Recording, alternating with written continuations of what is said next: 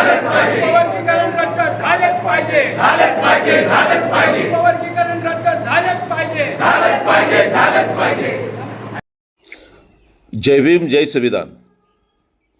कलिना सांताक्रूज भीमछाया सांस्कृतिक केंद्र या ठिकाणी मुंबई उपनगरातील विचारवंतांची एक बैठक 4 तारीखला पार पडली. संविधानिक उपवर्गीकरणासंदर्भात ही बैठक होती आणि या बैठकीला मोठ्या संख्येने लोकही उपस्थित होते, मान्यवरही उपस्थित होते. या बैठकीचा पहिला भाग महाराष्ट्र संध्या न्यूज चॅनेलवर दाखवण्यात आलेला आहे. या दुसऱ्या भागामध्ये मान्यवर काय म्हणाले ते आपण पाहणार आहोत. हे बातमीपत्र सांताक्रूज कलिना विभागाचे आमचे महाराष्ट्र संध्या न्यूज चॅनेलचे विभागीय प्रतिनिधी पत्रकार तुकाराम जाधव यांनी पाठवले आहे. आपण पाहताय महाराष्ट्र संध्या न्यूज चॅनेल आवाज महाराष्ट्राचा. आता सविस्तर बातमी आपण या आपण आज 70-80 लोक जमलो होतो. 2-3 दिवसातच आपण सगळ्यांना कनेक्ट केले. त्यानंतर रविवारचा कार्यक्रम होता. आदरणीय वाघसाहेबांमुळे आपण तो थोडा पुढे घेतलेला आहे आणि त्या परिस्थितीमध्ये आपण जातो आहे. आदरणीय भगतसाहेब काय उत्तर द्यायचं तर देतील. बीडमधून हिंगोलीमधून निघाणारा जो मोर्चा आहे तो पायी प्रवासाचा मोर्चापर्यंत 10 तारखेपासून सुरू होतो आहे.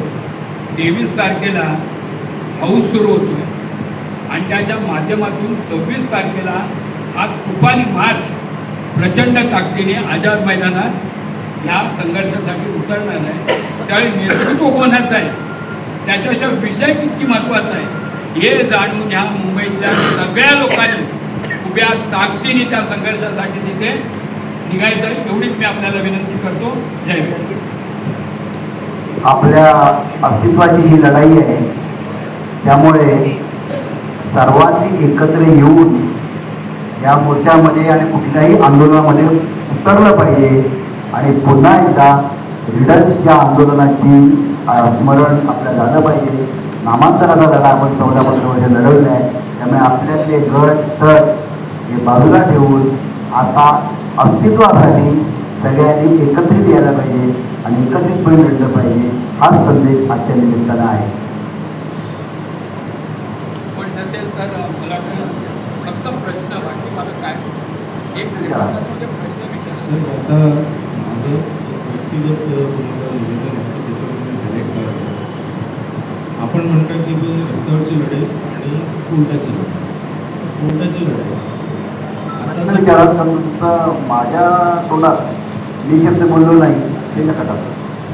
रस्त्यावरची लढाई आणि कोर्टाची लढाई हे दोन्ही शब्द माझ्या ह्याच्यात मी वापरले नाही. म्हणजे पक्षांनी वापर करायला पाहिजे आणि त्याच्यासोबत जी कायदेशीर रेमिडियल ॲक्शन्स अवेलेबल आहेत त्याच्यावर म्हणजे समितीने काही निर्णय घ्यायला पाहिजे ना. फक्त रस्त्यावरची लढाई करून काहीच होणार नसेल. हे सर्व न्यायिक प्रश्न आहेत. न्यायिक प्रश्नामधूनच याचं काही न्यायिक उत्तर येऊ शकतो. न्यायिक प्रश्नाच्या बाबतचा पण तुम्हाला प्रशासकीय अनुभव सांगतो की लढा हा संख्येच्या आधारावर लढला जातो. मी खुर्चीत बसून काम केलेलं आहे. खुर्चीत बसून जे निर्णय घ्यायचे आहेत त्यासाठी तुमची मला एवढी लागत नाही, पण इथं संख्या दाखवायची आहे. तिथे मला तुम्ही जोशीत पाहिजे, सोनकांबळे पाहिजे, सोनावणे पाहिजे, भगत पाहिजे. आता न्यायिक लढाईचं जर मी बोलला न्यायिक लढाईपेक्षा तुमचं संघटन किती महत्त्वाचं आहे आणि ते किती पद्धतशीर मार्गाने शासनावर दबाव आणू शकतं ते लक्षात घ्या. कारण आताचं युग हे डिजिटल आहे. ते तुम्हाला मोर्चात काहीच करत नसतात. काही करत नसतात. त्याची यंत्रणा असते, मग ड्रोन आहे, सगळं आहे. त्यामुळे तुम्हाला हे जे आहे हत्यार, आता तुम्हाला अलीकडच्या काळातलं बोस्टनमधून सुरू झालेलं आंदोलन आहे, तिथे ह्याच्यात पोचलं ते कळलं असेल. त्यामुळे याचा उपयोग समाजाच्या अस्तित्वासाठी आपण केला पाहिजे. मग ते केल्यानंतर त्याचा मेसेज जर गेला तर तिथे बसलेल्याला समजतं की बाबा काय होऊ शकतं आणि केल्यानंतर काय होईल पुढच्या येणाऱ्या आगामी. आज काय निवडणुका नाही आहे कुठल्या, बरोबर आहे. त्यामुळे थोडासा लेझर पिरियड आहे आणि मास मेमरी शॉर्ट मेमरी आणि आपण पुन्हा विसरून जाऊ तर ते विसरता कामा आपण नाही. तुमचं बाबासाहेबांना दिलेलं एक बोट जे आहे तेच कामी आहे, पण ते बोट आपण सजगपणे वापरत नाही. त्याचमुळे आता कोर्टाचं जे तुम्ही मला म्हणालात, तो कोर्टात किती प्रकारचे केसेस चालू आहे, सरकार याच्या पाठी आहे, त्यातून कोर्ट केस चालते. त्याच्यात सगळीकडे केस आहे.